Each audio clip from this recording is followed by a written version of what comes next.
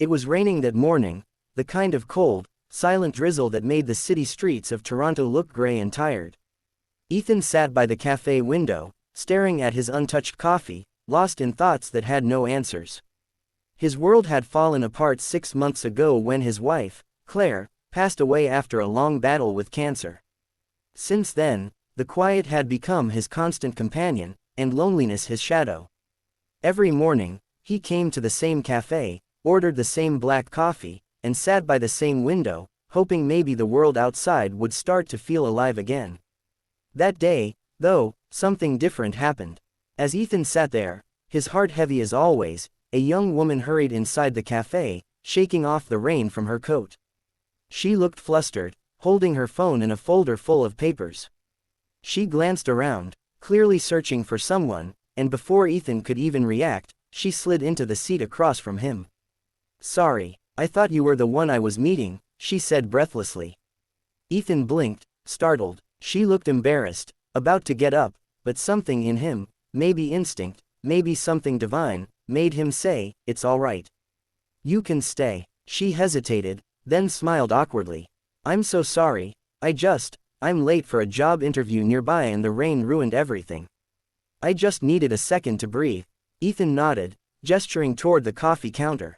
"You want something warm? It's freezing out there." She smiled faintly. "That would be nice." He got her a cappuccino, and when he returned, she was already laughing at herself, her folder half soaked, her hair messy, her face flushed from the rain.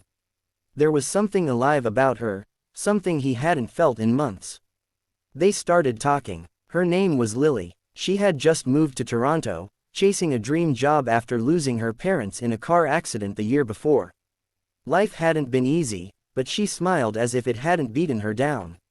"Sometimes," she said softly, "I think God puts us in strange places just to remind us He's still writing our story." Ethan looked at her for a long moment, her words echoing deep inside him. Maybe that's what he needed to hear, that life wasn't over, that maybe his story still had chapters left to unfold. When she finally realized the time, she gasped. "Oh no, I'm late. I'm supposed to be at the building 2 blocks away." She gathered her things in a hurry, but Ethan stood up too. "I'll drive you," he offered without thinking. She tried to refuse, but he insisted. On the way, they talked about life, about love, about loss, about trying again when you're tired of trying. Ethan found himself opening up in a way he hadn't since Claire died. There was something about Lily's honesty, her rawness, that made him feel safe. When they reached the building, Lily looked at him with gratitude. "Thank you," she said, "for being kind.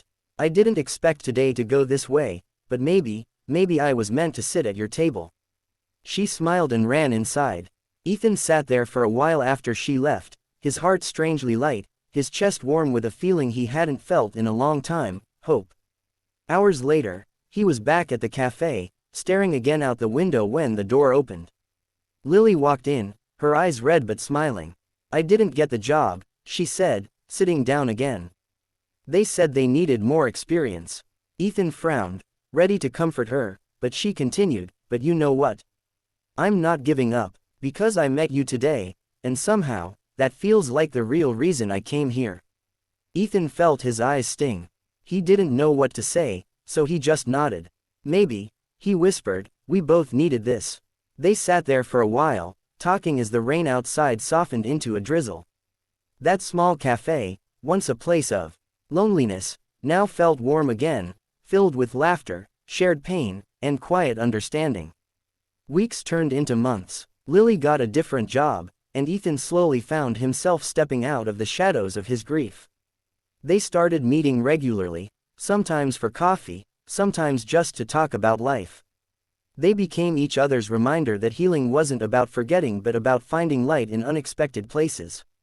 One evening, as they sat watching the sunset over Lake Ontario, Lily smiled and said, "You know, that day I sat by mistake, it wasn't a mistake at all." Ethan looked at her, his heart full, and said, "No, it wasn't." God knew what he was doing. And for the first time in years, Ethan truly believed it. Because sometimes, the people who sit by mistake are the ones who were meant to stay all along.